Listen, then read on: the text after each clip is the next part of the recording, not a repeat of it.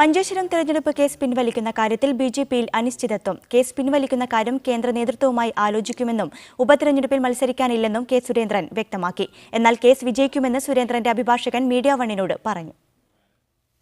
മഞ്ചേശ്വരം മണ്ഡലത്തിൽ 89 വോട്ടുകൾക്കാണ് ബിജെപിയിലെ കെ സുരേന്ദ്രൻ മുസ്ലിം ലീഗിലെ പി അബ്ദുൾ റസാഖിനോട് പരാജയപ്പെട്ടത്.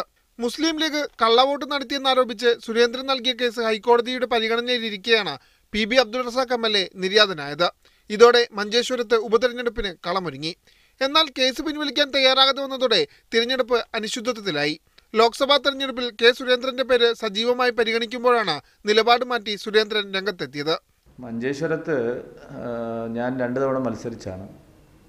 എൻ്റെ വ്യക്തിപരമായിട്ടുള്ള അഭിപ്രായം ഇനിയൊരു പ്രാദേശിക സ്ഥാനാർത്ഥി അവിടെ അവസരം കൊടുക്കണമെന്നുള്ളതാണ്. പക്ഷെ അത് പാർട്ടിയോട് ഞാൻ പറഞ്ഞിട്ടുണ്ട്, അഭ്യർത്ഥിച്ചിട്ടുണ്ട്. പക്ഷേ പാർട്ടി അതനുസരിച്ച് എന്താ തീരുമാനിക്കുന്നതെന്ന് പറയാൻ പറ്റില്ലല്ലോ. ഹൈക്കോടതിയുടെ പരിഗണനയിലിരിക്കുന്ന കേസ് പിൻവലിക്കേണ്ട സാഹചര്യമില്ലെന്നാണ് സുരേന്ദ്രന് വേണ്ടി ഹാജരാകുന്ന അഭിഭാഷകൻ പറയുന്നത്. പ്രത്യേകിച്ച് സാക്ഷികളെ നിരവധി തവണ സമൻസ് അയച്ചിട്ടും വരാത്ത സാഹചര്യമെല്ലാം ഉണ്ട്. ഇതെല്ലാം കൂടി കണക്കിലെടുത്താൽ പോലും ഹർജിക്കാരന് വിജയിക്കാനുള്ള സാഹചര്യം തെരഞ്ഞെടുപ്പ് ഹർജി മുന്നോട്ട് കൊണ്ടുപോയാൽ ഉണ്ട്. കേസ് പിൻവലിക്കുകയാണെങ്കിൽ ലോക്സഭാ തെരഞ്ഞെടുപ്പിനൊപ്പം തന്നെ മഞ്ചേശ്വരം ഉപതെരഞ്ഞെടുപ്പും നടക്കാനാണ് സാധ്യത. കൊച്ചി ബ്യൂറോക്കൊപ്പം ഷബീർ ഒമർ, മീഡിയ 1, കാസർഗോഡ്.